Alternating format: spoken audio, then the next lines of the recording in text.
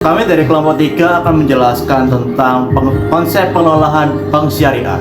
Saya Laura Stefanus dengan NIM 069. Dan saya Farul Raisa dengan NIM akhir 091. Jadi di sini yang pertama saya ingin menjelaskan mengenai konsep dasar transaksi muamalah. Jadi konsep dasar transaksi muamalah yaitu, jadi di sini saya mau menjelaskan mengenai apa itu konsep dasar transaksi muamalah.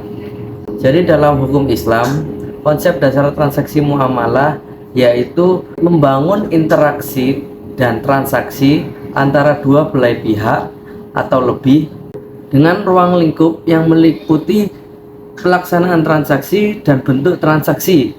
Nah, untuk bentuk transaksinya itu ada beberapa jenis. Jadi seperti jual beli, sewa menyewa, kerjasama bisnis, lalu gadai. Dan ciri-ciri transaksi muamalah ini yaitu yang pertama adanya ijab kabul di setiap transaksi, dan kedua dilakukan secara jujur dan transparan, dan yang terakhir yaitu tidak ada unsur riba dan transaksi dilakukan secara transparan.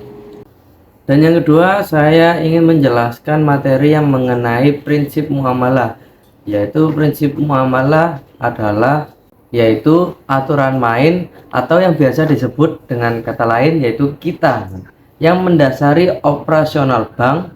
Jadi prinsip muamalah ini yaitu ada tiga. Yang pertama prinsip kebebasan, dan yang kedua prinsip kejujuran dan transparansi, dan yang ketiga prinsip keadilan. Jadi dengan ketiga prinsip ini apabila dilanggar maka dinyatakan transaksi tersebut tidak syariah. Oke, selanjutnya kita akan belajar tentang lembaga keuangan bank. Jadi apa itu lembaga keuangan bank?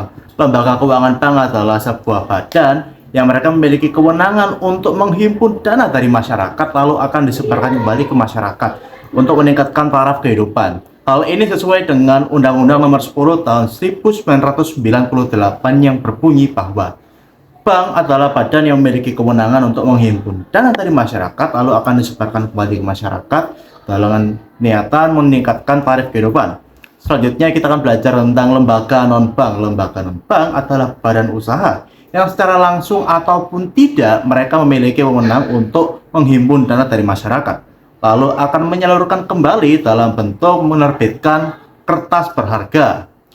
Dan tujuan dari menerbitkan itu adalah untuk kesejahteraan perusahaan atau investasi perusahaan.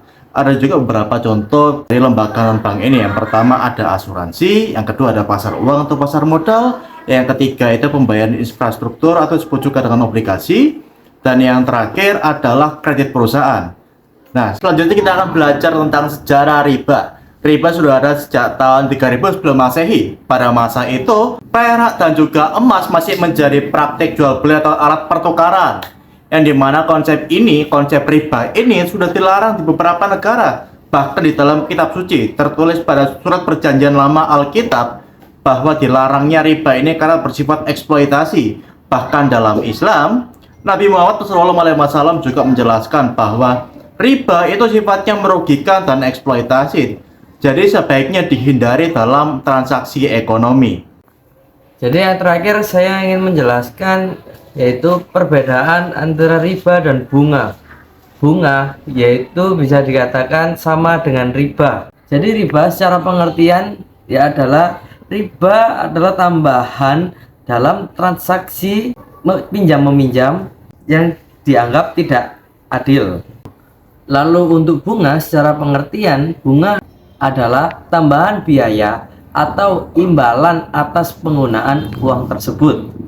Untuk hukum dalam Islamnya sendiri, riba dianggap haram. Dan untuk bunga, hukum dalam Islamnya, banyak ulama yang menganggap bunga dan riba adalah hal yang sama. Jadi bisa dikatakan sama-sama haram.